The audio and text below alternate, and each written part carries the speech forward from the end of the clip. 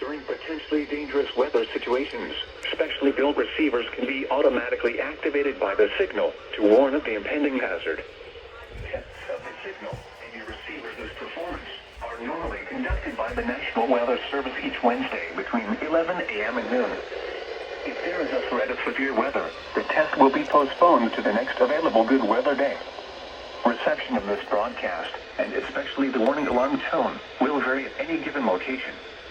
This variability, normally more noticeable at greater distances from the transmitter, can occur even though you are using a good quality receiver in good working order. This concludes the weekly test of the NOAA radio warning alarm device.